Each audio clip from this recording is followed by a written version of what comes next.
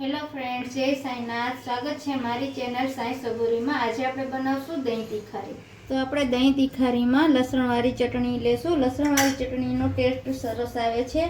એમાં થોડી હળદર લેશું આપણે, અને ધાણા જીરું પાવડર લેશું, અને થોડું પાણી નાખી અને આપણે એને ઢીલી કરી લેશું, તેથી આપણે તેલમાં બરે નહીં. તો ફ્રેન્ડ્સ, મેં 2 પાવરા તેલ લઈ લીધું છે. તેમાં આપણે રાઈ મેથી નાખશું, જીરું, સફેદ તલ, ડુંગળી, લીલું મરચું, લીમડાના પાન, લાલ મરચું, હિંગ આપણે થોડું સાતળશું. આનો ટેસ્ટ બહુ સરસ આવે છે. તલ નાખીને તમે એકવાર જરૂર બનાવજો.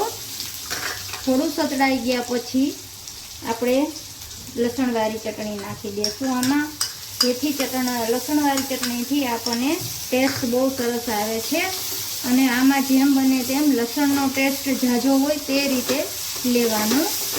હવે આપણે આને થોડુંક પાણી આપણે લસણવાળી ચટણીમાં છે તે થોડુંક બળી જાય ત્યાં સુધી આને રહેવા દેવાનું છે આપણે.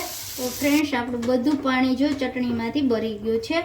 હવે આપણે થોડું ઠરી ગયું છે. ઠરી ગયા પછી આપણે આમાં દહીં નાખવાનું છે. મેં દહીં ઘરે જમાવેલું છે.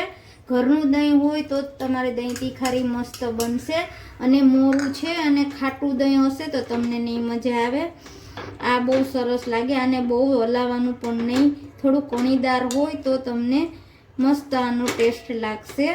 આપણું દહીં તીખારી મસ્ત આ રીતે ફ્રેન્ડ્સ તમે જરૂર બનાવજો. જો મારો વિડીયો ગમે તો લાઈક કરજો, શેર કરજો, સબસ્ક્રાઈબ કરજો.